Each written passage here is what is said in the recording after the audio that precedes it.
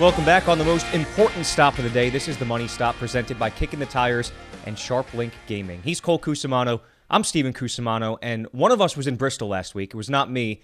It was you, Cole. Denny Hamlin wins at Bristol, and 3 weeks in a row, we've seen, I think, 3 teams assert themselves as teams to watch for the Final Four. You've got William Byron, you've got Tyler Reddick, and you've got, finally, Denny Hamlin. It was a matter of time before he clicked off a win in the playoffs, and it was a really, really solid race, and Denny wound up being ruffling a lot of feathers with some of his comments after the race, too. Yeah, I'm so here for Villain Denny. I think it's the funnest thing to watch. I think it's great for the sport, whether you love him or you hate him. It's great entertainment. And I had an absolute blast in Bristol. It was better than I ever could have imagined. And I was going to give you a little rundown from my experience, but honestly, it's just really hard to articulate how surreal the whole experience was. I mean, just being under those lights in that venue with being in such close proximity to everything around you, the cars, the haulers, the teams, the media, like everything is condensed right there. It just feels like a stadium, like big game, big moment feel.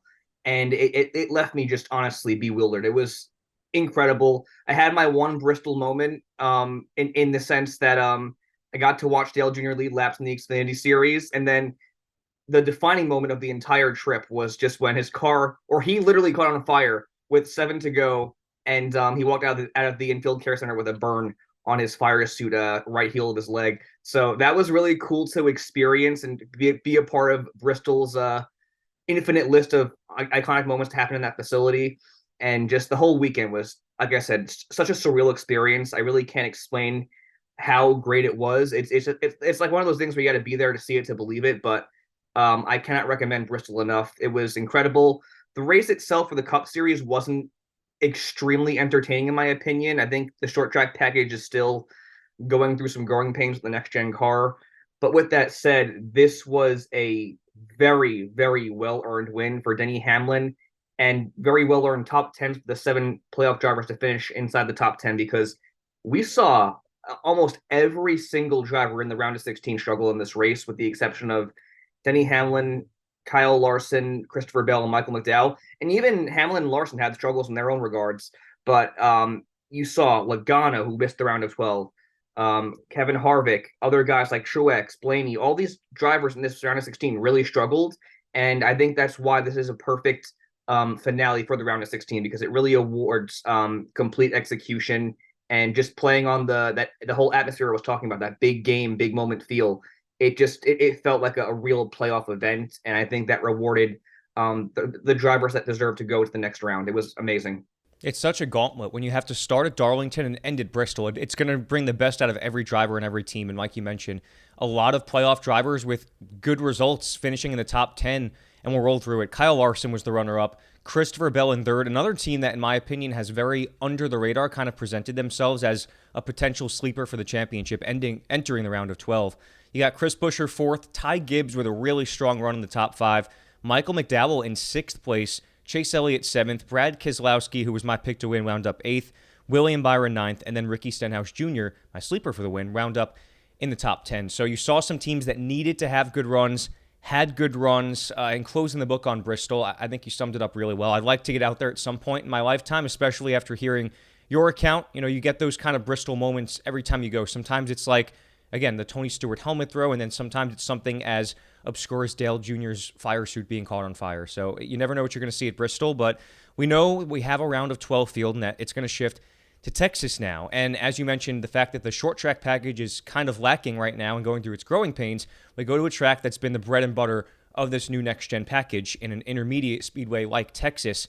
And as we shift gears to that, starting off by saying our nickel or dime segment now is on social media. So we started to make room for those of you who might have missed a couple episodes. We like to talk a little bit about prop bets and certain drivers that you can bet head-to-head and parlay together. So we added a segment like that at the end. And it being as our nickel or dime segment where we'll talk about the paint schemes is very visual, it's now full-time on social media. So I thought it was really cool that you were able to get out there in person and take some pictures and videos of some of the paint schemes we saw last week. I thought the 6 car looked sick from your pictures and videos on the story on Instagram. But that is going to be on social media. So if you want to see the paint schemes and rate them for Texas, head to @the_money stop on Instagram, Twitter, and Facebook. But as we now go to Texas, Cole, we'll determine the starting lineup 1:20 Eastern time on Friday. So this will be something that obviously we say every week. We record these episodes early. We go through the numbers entering the weekend, but a lot can change over the course of practice and qualifying. The ebbs and flows of if anyone has backup cars, developing storylines, penalties that might happen, cars that can't qualify. There's a lot to keep track of over the weekend. So stay tuned as well to @the_money stop for those types of updates as well. But as we take a look at our favorites this week, Cole, presented by BetMGM and SharpLink Gaming, Denny Hamlin is the favorite for the win, plus 525. I mentioned that was one of the teams that really cemented themselves as a favorite for the championship, and they are the favorite the very next week. Kyle Larson is the other driver that really cemented himself with a round one win. I think those are kind of the four, was Larson, Byron, Denny Hamlin, and Tyler Reddick that really made statements in the first round of the playoffs. So Larson is plus 600, second highest odds. And then you've got a three-way tie for third with the two drivers I just mentioned, William Byron, Tyler Reddick, and then Martin Truex Jr. with a clean slate. It's like nothing happened. He was able to find his way into the round of 12. That team moves on, and they're going to have a very short-term memory as they head to Texas. So as you look at that top five, Cole, Vegas is clearly favoring the drivers that we mentioned off the top that are the favorites to make the championship four coming out of the round of 16. Yeah, I think it's super cut and dry going into Texas. It's been all Hendrick and Toyota at the mile and a half this season. There's honestly been no competition between those two organizations and manufacturers, I guess. But you obviously throw in 2311 Racing. They won the last mile and a half race. But don't count out the Fords as well. We're going to roll through the our favorite sleepers and values here, and there's some really, really sneaky good blue ovals in the field for this race coming up at Texas. But with that, I will kick things off with my favorite for this race going in, and that'll be Kyle Larson.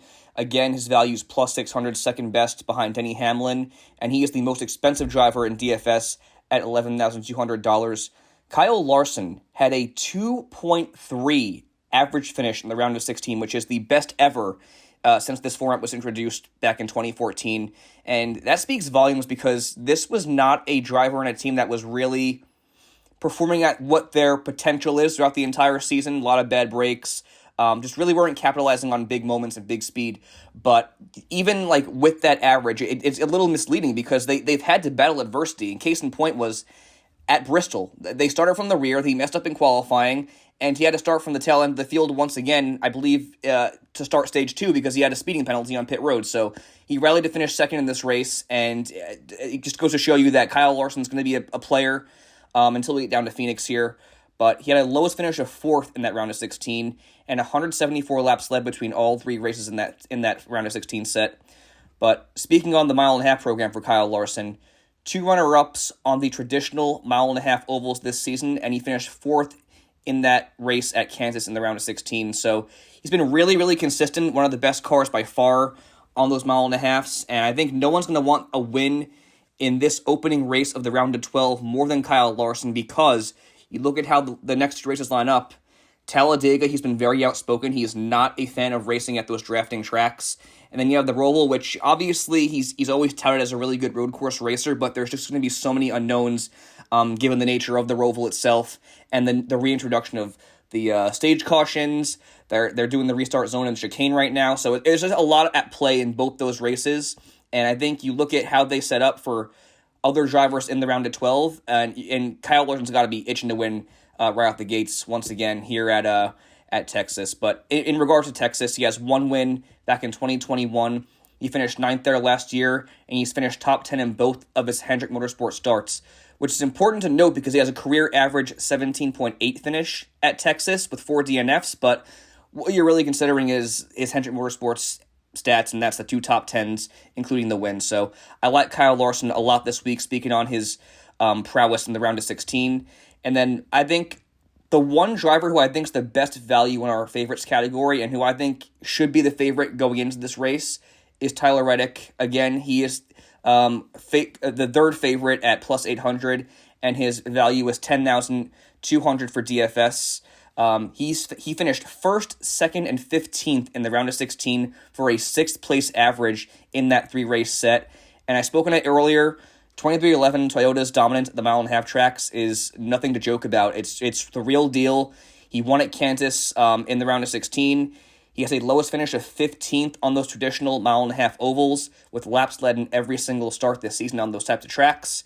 And he also won the only next-gen start points-paying race at Texas. Blaney won the other one that wasn't points-paying in the All-Star race, but he has a 6.8 average in 4 starts at Texas, which leads the entire field. Obviously, it's a small sample size, but given Toyota in 2311 and Reddick's dominance on these style tracks, I think it's a no-brainer that Tyler Reddick's got to be one of the favorites, if not the favorite, going into Texas this weekend. Both really great picks, and you mentioned the two of those guys both won races in the round of 16. I mentioned how Bristol and Darlington being in that round is a gauntlet, but you mentioned the Roval and Talladega. You could argue that there aren't more races in one particular round that are wild cards than those two there. So I think there's a lot of teams. You hit it right on the head with Larson.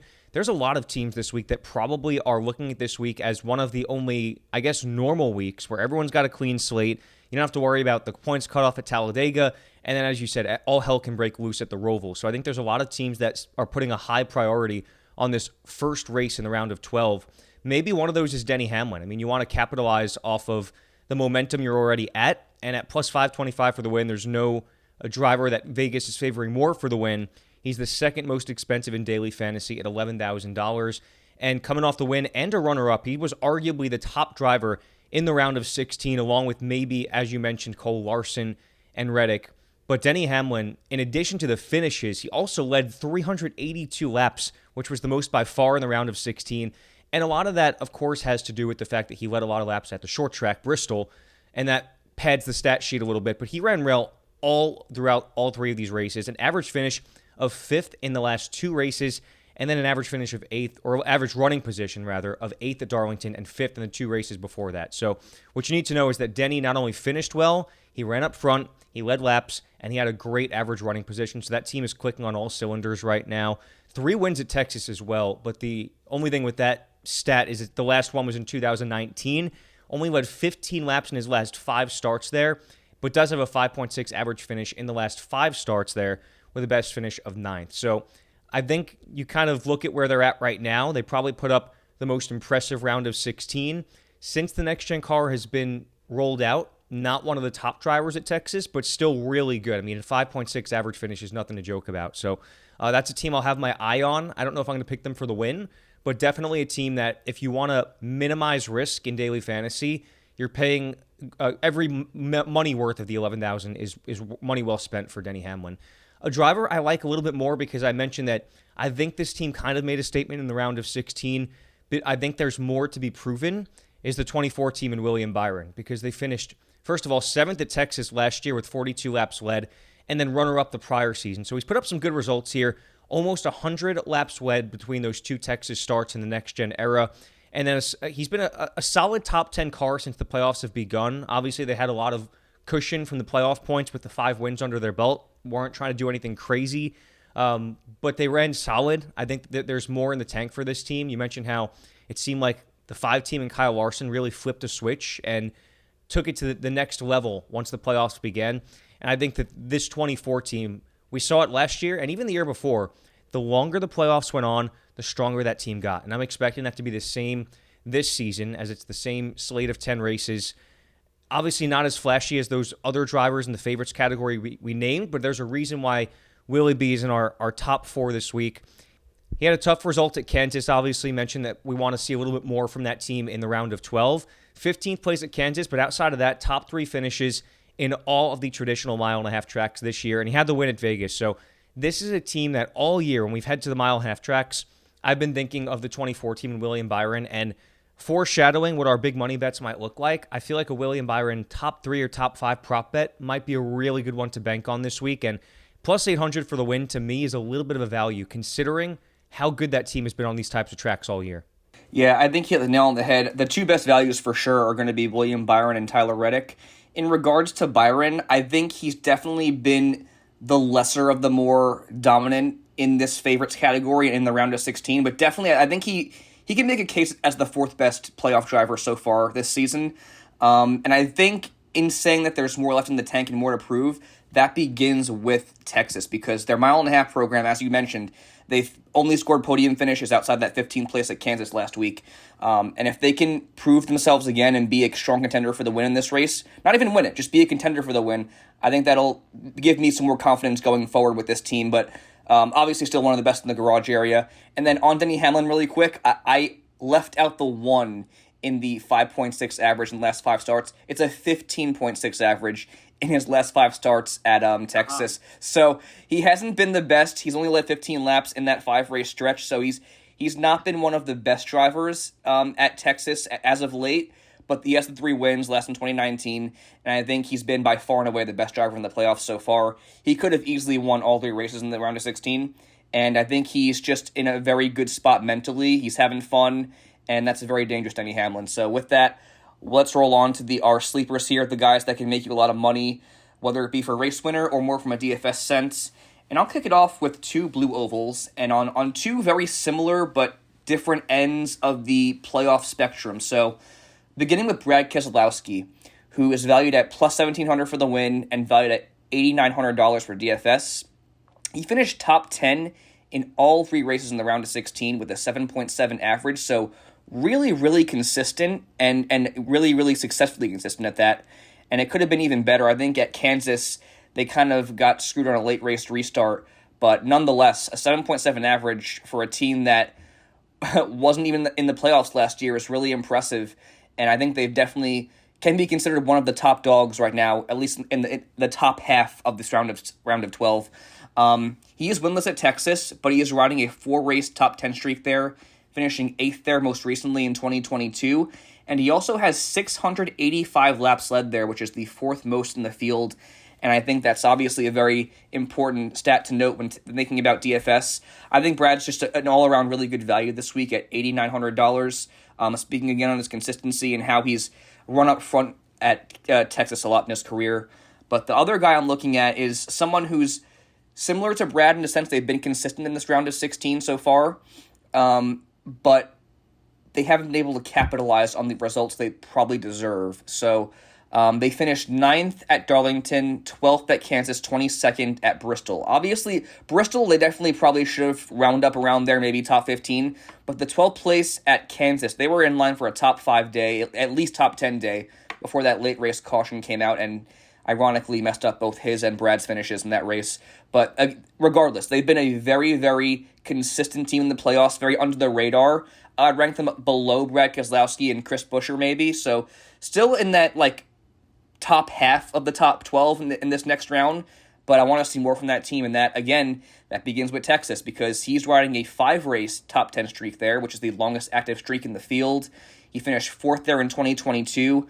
Mentioned before that he won the All-Star race there last year as well, and he also has nearly 200 laps led in those 5 races that he has the top 10 streak going on, so he's been really, really good at Texas, and he's also finished top 10 in over half his starts there with a 15.5 average, and I think when you think about Ryan Blaney and where this team is at, and the organization in general, Team Penske, they're definitely a tick behind RFK, so I'm looking at them to be a top 10 team with the obvious potential for a top 5 and maybe even the win. I'm going to say an outside chance to win because they haven't really contended that much this year, but nonetheless, they figure to be a really strong contender for a top 5 finish at Texas. Yeah, this sleepers category, it kind of feels like a who's who of drivers that are poised to potentially break out because they were all very solid, very consistent in the round of 16, and I feel like one good result in terms of a win could really put these teams over the top and make a real statement. So you talked about Brad, you talked about Blaney, and you also touched a little bit on Chris Buescher, and he's valued at plus 1,700 for the win, which to me seems like a really good value. I mean, you talk about a guy that won 3 of the last 5 races entering the postseason, and then he finishes top 5 at both Darlington and Bristol. I mean, you talk about the guys that are just outside that top 4, Brad Keselowski, Ryan Blaney, Chris Buescher's absolutely in that mix. You mentioned how that RFK stable has been the best 4 team in the garage. It's not even debatable. And he's valued at 8,800 in daily fantasy, which to me is a borderline lock. You think about the last time they were at Kansas, he had a tire go down with 7 to go, but at the time was running 12th. And that was at the time where this team was not running as well as it is now. They're clicking on all cylinders. Top 5s, what seems like every single week for that 17 team. He had an average running position of 13th in that race, and he had an average running position of 7th and 8th in the other two races. So it's a team that's running very well right now. Top 10 speed, top 5 speed. They've shown they can contend for wins and close out these wins. Obviously, there's the caveat that he's only had one top 10 at mile-and-a-half tracks this year, but every single week, every track we go to, he's certifying himself as a weekly contender, and I'm willing to believe that trend holds true as we start this round of 12, and they want to make a statement too after they obviously made a statement entering the playoffs and prove they're one of the top, as you said, 5 or 6 teams during the round of 16. They want to prove that they're going to be a contender to make it all the way and potentially punch their ticket into the round of 8. Another team that was really strong in the round of 16 that I think seems to be finding their groove at the perfect time of the season is Christopher Bell and the 20 team, because we've seen it all year. They can lead laps, really strong stage 1 teams, a strong stage 2 team, but everything just seems to go wrong for that team all season long, except for in the playoffs. You're starting to see some really promising consistency at the right time. Polls in all 3 round of 16 events. So that makes me a little bit cautious about the 9,900 value in daily fantasy, because obviously anytime you start first and you don't finish first, you're losing points on place differential right off the bat. But they've shown they can lead laps, 242 laps led between all 3 starts coming from the polls. So that's a driver that's going to give you some laps led, running up front, starting up front. Finished 8th and 3rd in the last 2 races, and then ran into trouble at Darlington, which was obviously a race that we talked about. He had a great stage 1, great start to that race where all hell broke loose in the later stages. But that team feels like they're kind of on the cusp of breaking out, and especially when you consider how good the other Gibbs teams have been. A top 5 even for Ty Gibbs last week. Martin Truex Jr. has been one of the best teams in the garage all year long. And then we're talking about Denny Hamlin as the driver who posted the best round of 16. Christopher Bell's really knocking on the door, and that makes this plus 1,100 price in the Vegas odds very enticing to me for the win. Again, going to hold back on daily fantasy till I see where he qualifies, because it's been a very sharp qualifying team all year and especially in the playoffs. But I really like both of those values for the win at plus 1,100 for Christopher Bell and plus 1,700 for Chris Buescher as a couple of very solid sleepers for the win. But Cole, I think that, again, this is the bracket of untapped potential. I think one of these drivers is going to break out this week and post a really good round of 12. Undoubtedly. I think this has been our bread and butter the entire season, the sleepers category, and I am half banking on one of these drivers winning this race if it's not a Reddick, Larson, or Hamlin. So definitely ones to watch. I think I also failed to mention Blaney's values. He's plus 1,200 for the win and 9,400 for DFS. But I love what you said there on Bell. I think they're peaking at the right time. And this is a trend we've seen throughout his Young Cup career, where he kind of goes through the motions of the regular season. Then once the playoffs roll around, he finds his rhythm and kicks into a different gear. And I think it's going to be a matter of time before he gets a win. He's going to win in the playoffs. I know that for a fact. I just feel it. And you just don't know when it's going to be, but it very well could be at Texas. Moving on to our value picks, I'm going to go with 2 drivers who were actually eliminated in the round of 16, but do not count them out for a quality day because they're both really good at this track or have had really good recency at Texas, and they're both not going to roll over. They're both fighters, and they're on some really, really good, strong teams. So I will begin first with one very obscure one, and that's going to be Joey Logano, and he's going to be one of a few names we'll hear in this value picks category that's in really good equipment, but a really good DFS value, which is $8,100 for Logano.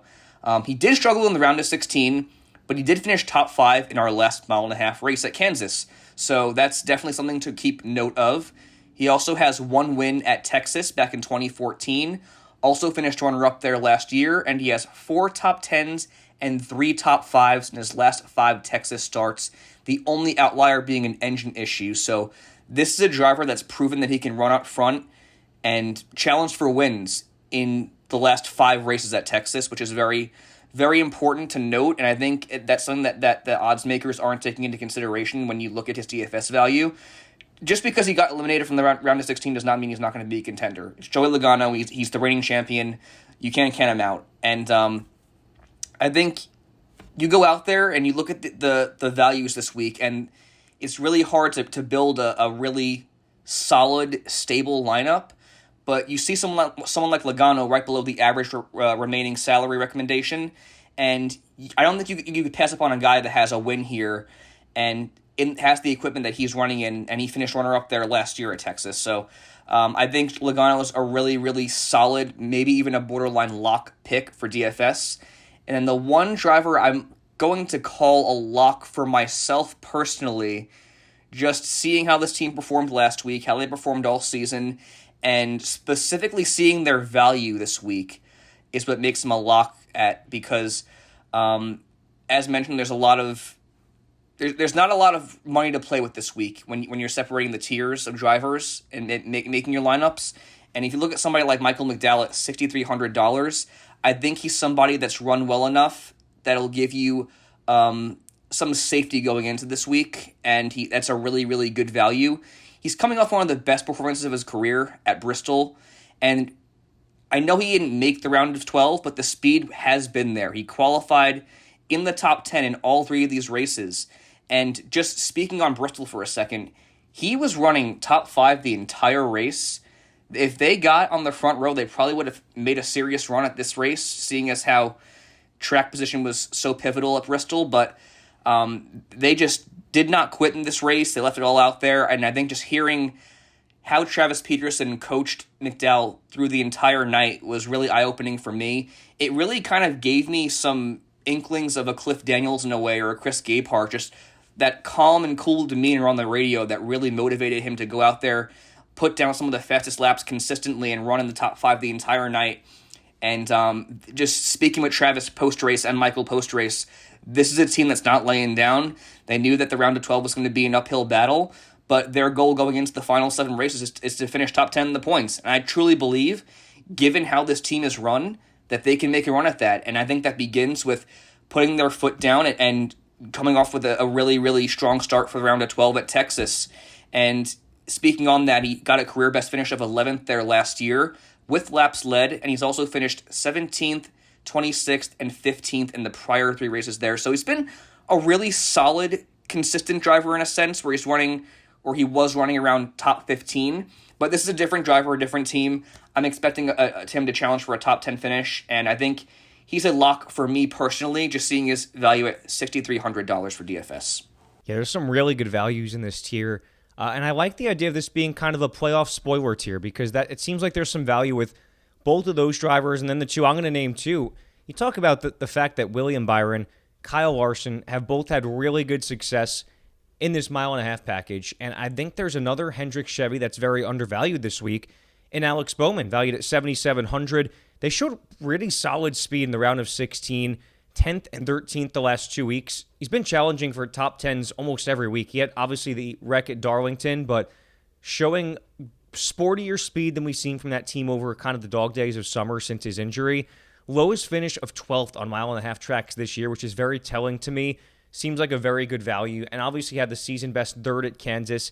Kind of the definition of go for broke over his last 5 races at Texas, because he had 2 top 5s and then 3 finishes worse than 29. So you clearly can't even look at his average finish, but based on where that team is at now and how consistently they've been showing speed the last several weeks, it's a good gamble for that value. Like if you spend $7,700 on Bowman in daily fantasy, you're not missing out on a whole lot. So that's borderline lock territory for me. I have a hard time seeing Alex Bowman finish outside the top 15.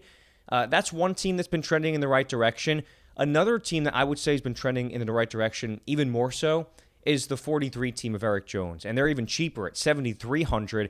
And he has finished 4th at Texas 3 separate times, 6th last year as well. 3rd best average finish in the field at 10.1 and 11 starts there. And that's in, not the best equipment on certain occasions. I just like the way this team is trending. He only had 4 starts finishing outside the top 10 at this track in his career. Laps led in over half his starts, and then 2 top 10s, including a season-best 3rd in the round of 16. So that's a team that obviously is not in the playoffs, but they're another one of those that can play spoiler because they've shown really good speed out of those that are not in the playoffs or those that have been eliminated from the playoffs. I really like that team, the way that they've been trending, and it would not be a surprise to me to see them click off another top 10 this week, as they did a couple of times in the round of 16. So valued at $7,300 there. Those are really good values, all between $6,300 and $8,100. So some potential locks there. That rounds out 12 drivers. We're going to get this down to 6, though, and as we kind of narrow things down here, Cole, you and I like to each pick one driver per tier. So give me your favorite sleeper, favorite value, and then your favorite race winner pick out of the favorites category. Perfect. Yeah. So for my favorite, I'm going to go with Tyler Reddick. I think they've been one of the best in the mile and a half this year. They won the last mile and a half race, and they're going to be a contender for sure. And his stats for Texas speak for themselves. For my sleeper, I'm going to go with Ryan Blaney. I think that his stats at Texas are not to be slept on in the sleepers category, completely intended. So we'll go with him, and I'll go with another blue oval in that same brigade in Joey Logano for my value pick. Again, he's a former race winner here. He finished runner-up in this race last year, and I think that he's determined to go out there and, put the field on notice after being eliminated the first round as the reigning champion. I'm kind of going the same route as you here because I'm picking another guy that had a really strong round of 16, Denny Hamlin, strongest car in the field by far at Bristol, and you can argue, as you said before, he could have won all 3 races. So I'm picking him out of the favorites category. I'll take Chris Buescher out of the sleepers category, just a team that has shown they can win, coming virtually out of nowhere a few weeks before the playoffs, and I really feel like this is a good opportunity for them to flex at an intermediate track too. And I'll take Eric Jones. I just have a really good feeling about where that team is at this point. So those are our best values in terms of daily fantasy, race winner picks. Let's talk big money bets here, our favorite prop bets of the week. As of the time we're recording this on BetMGM, I'm not seeing any top 10 or top 5 bets, so you'll have to stay posted to social media for those. However, we can give our favorite top 3 prop bets this week, and I alluded to one already. I'm a big fan of William Byron at plus 225 to be in the top 3. That seems like a really, really solid pick to me, considering he's finished top 3 in every single mile and a half track except for the last one this year. Seems like a really good value, plus 225. And then you could even pick a guy like Denny Hamlin, who had obviously the best round of 16, plus 150 to be in the top 3. I think there's some very solid value to pick a driver to finish on the podium this week out of what we've seen right now. But we'll obviously have some more top 5 and top 10 thoughts once we have those bets out. Yeah, for me, going in blindly without any practice or qualifying, I just personally like my favorites for the win in Denny Hamlin, Kyle Larson, and Tyler Reddick and their top 3 props. You mentioned Hamlin at plus 150, Larson's plus 175, and Reddick is plus 225. If you feel strongly about a race winner right now, I would recommend maybe putting an insurance bet on that. But for me personally, I like to wait until practice to really get the big money bets hammered down for top 3 anyway. If we have top 5, top 10, it's a different story. But that's a really, really tough prop to hit without any knowledge going in. But the other one I also want to throw in there that's kind of obscure was the Joey Logano one at plus 450. Mentioned it when going over him. He finished runner-up in the last race there, and he also had 3 top 5s in his last 5 starts there. So that could be a very under-the-radar one to pick before practice and qualifying, seeing as he's done it 3 of the last 5 times they were at Texas. So those would be mine that I would keep an eye on. All right, let's talk parlay bets, Cole. These tend to be ones that we stay away from if it's not something that is really speaking to us, but I feel like there's been a little bit more order on some of these short tracks and intermediate speedways this year to where maybe we could look at some of these parlay bets, head-to-head drivers, and possibly put a few of these together and see how it comes out. So let's roll through these here. I'll get your thoughts initially, and then I'll kind of respond with how I feel. They've got 5 every week on BetMGM. We've got William Byron head-to-head with Martin Truex Jr. We've got Bubba Wallace versus Brad Keselowski. Denny Hamlin versus Kyle Larson. That's a tough one to pick. Chris Buescher versus Kyle Busch. And then Ryan Blaney versus Tyler Reddick. So these are a pretty good amount of drivers that we've discussed at length during this episode. I'm curious if there's any of those that jump off the sheet to you.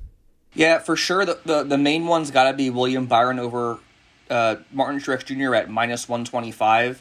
That's the only one I feel like really, really good about. But the other 2 that I like were Chris Buescher over Kyle Busch at minus 115 and Brad Keselowski over Bubba Wallace at minus 120. The Keselowski-Wallace one's tough only because I mentioned the prowess of the Toyotas in 2311 on the mile and a half tracks. With that in mind, Bubba has been pretty abysmal at Texas in his career, so I do like Keselowski over him, speaking on his consistency. He had that 7.7 average in the round of 16, and he's led a boatload of laps here. He's done very well at Texas in his career, so I would pick Brad over Bubba. And then for Buescher and Busch, I I just don't think that Kyle Busch has looked great in the round of 16. He's been vocal about that as well. And you mentioned it during your analysis. Buescher's been one of the more consistent drivers. So I like that one as well. And if you were to parlay those three drivers, it would be plus 516 odds. And if you were to throw $10 on that, you would have an outcome of $61.70. So really a solid way to make some money this week. If you wanted to wait until after practice and qualifying, obviously those odds are going to adjust probably pretty significantly, but I do feel pretty solid about those three match bets at this point in time. Yeah, that's about as good as I have felt about the match bets over the past several weeks that we've been adding this segment in. The first one that I liked the most was Chris Buescher over Kyle Busch. I mean, it's just two teams that are on completely different ends of the spectrum right now in terms of their production. And then, I'm not going to be a broken record. I agree with the same two that you mentioned too. I kind of like Tyler Reddick over Ryan Blaney as well. I think you can make the case for any of these other than Denny Hamlin over Kyle Larson. That is kind of a complete coin flip to me. But this is a pretty solid one. Even if there's only two you like, let's say you just wanted to do Chris Buescher and William Byron, that's still plus 236 for the odds. So I think it's a really solid value this week. If you bet $10 on that, it would get you back $33.65. So it's a pretty good week for it. I'll definitely say that. But as you mentioned, Cole, it's good advice to wait for qualifying and practice because that's when you can really get a good read on which drivers unload well and which do not and how things kind of go from there. But let's take a look, Cole, at our recommended daily fantasy lineup now. We've talked a lot about some of our favorite values of the week. And there's a couple ways we could have gone with this, but I think it's one of those weeks where rather than starting with your ace, it was one where it was better to maybe start with your value picks. And I look at some drivers at the back end of our lineup. Usually we'll kind of start with the most expensive drivers and work our way down. But I think this is one of those weeks where we kind of built the lineup in reverse. So I like the idea of building the lineup around, or at least starting it with, our most expensive value driver of the week, Michael McDowell. So he's valued at $6,300, gives you a really solid budget to spend with the rest of your budget there, with the rest of your lineup. Next up, we picked Eric Jones at $7,300, second cheapest driver in our lineup. Alex Bowman, another lock I mentioned, at $7,700. So we've got three of our drivers from the value picks category in there. And then you can take it a couple of different directions between our next most expensive driver there. We've had kind of three that were in the same tier. Brad Keselowski, who was one of our sleepers for the win, at $8,900. Ryan Blaney at $9,400, and then Tyler Reddick at $10,200. So that's where I think you can get a little bit more crafty with the three good drivers per se in your lineup, the three more expensive ones, I guess. Start out with Michael McDowell, Eric Jones, Alex Bowman. That puts you in a really good spot. You could have went a direction of upgrading to Joey Logano, Ryan Blaney, and Tyler Reddick over Brad Keselowski, Brad Keselowski, Ryan Blaney, and Tyler Reddick. So it's kind of a pick your poison between Joey or Brad. Brad was a little more expensive. You get more bang for your buck. If you pick Joey in that lineup, you still have $1,000 remaining salary left over, which I always tell people in daily fantasy, you don't have to feel pressured to use the whole salary. I feel like it's almost a trap sometimes. They want you to use it all. But I do like the idea of putting Brad in there better. It just feels a little more safe to me with the fact that they've been the best four team. But it's one of those weeks, though, just based on where the values roll out to start the week. It kind of feels like one of those where you have to work from the bottom up to make your lineup. That was really good advice, and I think it's really a good idea to have Michael McDowell as your base, and then Eric Jones and Alex Bowman as your foundation. Then from there, here's what I found. So I think all the lineups I made, we had McDowell, Jones, Bowman, and Blaney. From there, what I found it that you could do, if you didn't like Brad Keselowski or Tyler Reddick, if you put Joey Logano in there in place of Brad Keselowski, you have enough money to put any of the favorites in there. We like Tyler Reddick over Hamlin and Larson, but you could fit Larson, Hamlin, Byron, Truex, whoever you want to put in there as your ace in the hole, you could fit them in there with Logano in place of Keselowski and building around Blaney, Bowman, Jones, and McDowell. So I feel really, really good about this lineup. I think, again, it's a very, very strong base and foundation. And I would put some money on this for this weekend. I feel really good about it. And that was really good analysis, too. The fact that if you do choose Joey, you can upgrade to any of those drivers.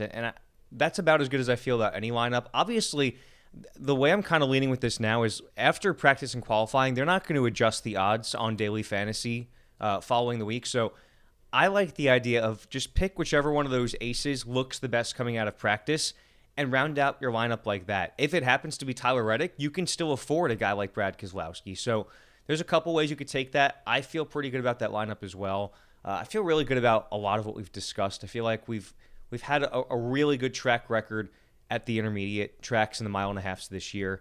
But let's put our money where our mouth is, Cole. Let's take it to the bank and discuss our race winner picks. Last week, I had pick first. I took Brad Keselowski, who wound up in the top 10. So did my sleeper pick, Ricky Stenhouse Jr. But without further ado, you have got first pick at a race winner this week when we go to Texas. Yeah, it's a little tough for me because I had Reddick on my mind the entire time going in, and that's what my gut's telling me. But I feel like I should go Denny Hamlin because I don't like picking drivers going back-to-back at certain tracks or certain track variants, which Tyler Reddick fits both those categories. So I'll just pick Tyler Reddick. I do feel good about him this weekend. I'll go against my personal morals in picking him, but I think he's going to be in line for definitely a top 5 day and likely a race-winning day as well. Well, you mentioned it. I mean, he's been one of those teams that's really established themselves, the 45 team that is, as one of the best in the garage coming out of the round of 16. And I'm going to pick another one of those. We go to these mile and a half tracks, and I always tend to think of William Byron. And there's a good reason for it. I know they didn't have a great race at Kansas, but I think that they're out to prove that these have been their top tracks all year. Like, they've been the car that's led the most laps on mile and a halfs. They've finished in the top 3 almost every race at these kinds of tracks.